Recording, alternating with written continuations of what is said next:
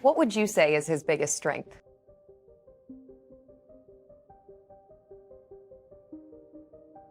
What role has luck played in your success?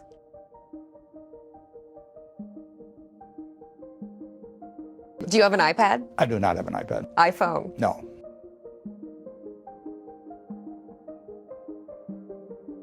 What would you say is his biggest strength? Well, his biggest strength, without doubt, is his rationality that he brings to business and investing. And this is a trait, rationality, that you would think many investors would bring to their work. But the fact is, most of them are swept up by emotions most of the time at some crucial time. And he never does that. What role has luck played in your success? Well, there's luck enters into everybody's life. The womb from which you emerge determines your fate to an enormous degree for most of the 7 billion people in the world. Just in my own case, I was born in 1930. I had 2 sisters that have every bit the intelligence I have, every bit the drive, but they didn't have the same opportunities. Because you were a man. And I was white.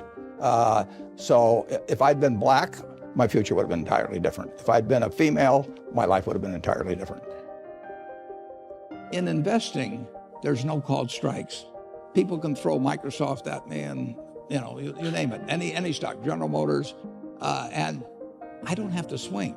And nobody's going to call me out on called strikes. I only get a strike called if I swing at a pitch and miss. So I can wait there and look at thousands of companies day after day, and only when I see something I understand and when I like the price at which it's selling, then if I swing, if I hit it, fine. If I miss it, it's a strike. But it's an enormously advantageous game. And it's a terrible mistake to think you have to have an opinion on everything. You only have to have an opinion on a few things. In fact, I've told students, if when they got out of school, they got a punch card with 20 punches on it, and that's all the investment decisions they got to make in their entire life, they would get very rich because they would think very hard about each one. And you don't need 20 right decisions to get very rich. 4 or 5 will probably do it over time. So I don't worry too much about the things I don't understand. If you understand some of these businesses that are coming along and can spot things on, if you can spot on Amazon, for example, it's a tremendous accomplishment what Jeff Bezos has done. And I tip my hat to him. He's a wonderful businessman. He's a good guy too. But could I have anticipated that he would be the success and 10 others wouldn't be? I'm not good enough to do that. But fortunately, I don't have to. I don't have to form an opinion on Amazon. And I did form an opinion on the Bank of America, and I formed an opinion on Coca-Cola. Coca-Cola's been around since 1886. There's 1.8 billion 8-ounce servings of Coca-Cola products sold every day. Now, if you take 1 penny and get 1 penny extra, that's $18 million a day. And 18 million times 365 is 7 billion, 3 less 730 billion, or $6,570 million. So annually, $6,570 million from 1 penny. Do you think Coca-Cola is worth a penny more than, Joe's Cola? I think so. So, and I've got about 127 years of history that would indicate it. So those are the kind of decisions I like to make. And you may have an entirely different field of expertise than I would have, and probably much more up to date in terms of the kind of businesses that we're seeing evolve. And you can get very rich if you just understand a few of them and understand their future. No, if you're interested in financial matters, you've got to have something to work with. I was fortunate in that respect because my dad paid for my education. If he hadn't, I probably wouldn't have become educated if I had to pay for it myself. But so I was able to save $10,000 by the time I was 21, and that was a huge head start. If I hadn't been able to do that, and my first child came along when I was 22, so the family, it's much easier to save it in those teenage years if you're lucky enough to be in a family where your parents are taking care of your financial obligations. Every dollar then is worth making $10 or $20 later on. And so if you are interested in financial matters, getting a stake early is very useful, and getting knowledge early is very useful. So, I would say you're well on the way if at 11 you're even interested in coming to a meeting like this. And if that interest is maintained, I would read financial publications. I would read whatever was of interest to me. I'd be curious about how the businesses around the town of Kearney operated. I would, to the extent that you can get people to talk to you, and people usually like to talk, learn about who's got good businesses in Kearney and why they're good businesses, and learn about the businesses that went out of business and why they went out of business, and just keep accumulating knowledge. That's one of the beauties of the business that Charlie and I are in, is that everything is cumulative. The stuff I learned when I was 20 is useful today.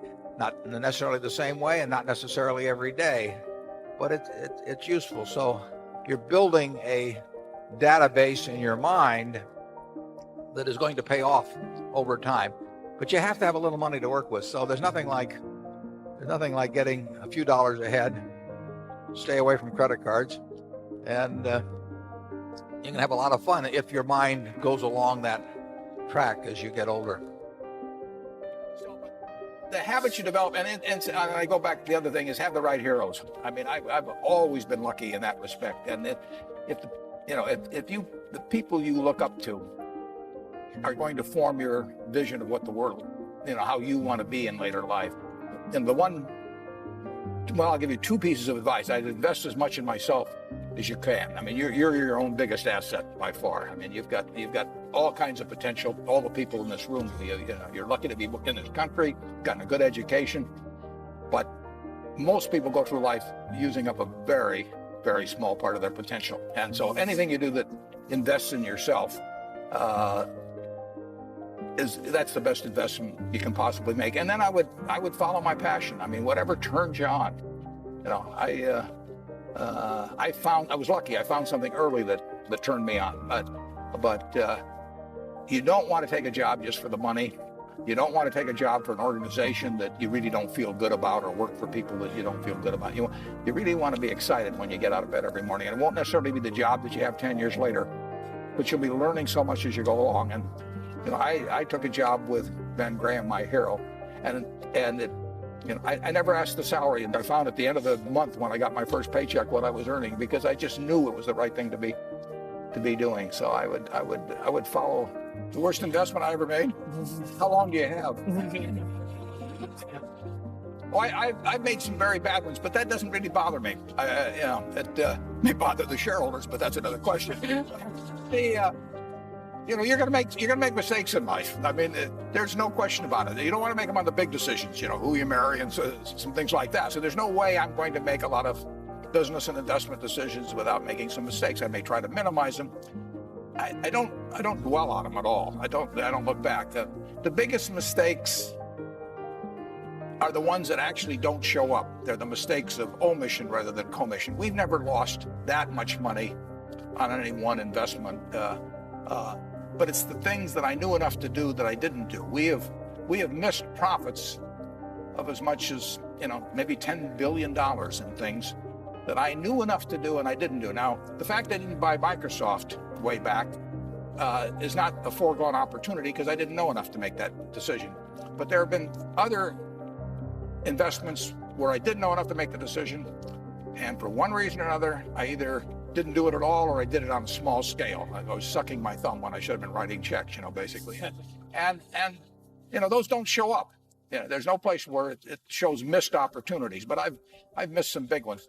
The triumphs in life are partly triumphs because you know that everything isn't going to be a triumph. And I would never get too hung up on mistakes. I know a lot of people that really agonize over them, and it just isn't worth it. I mean, tomorrow's another day, and you live it forward. Just go on to the next thing.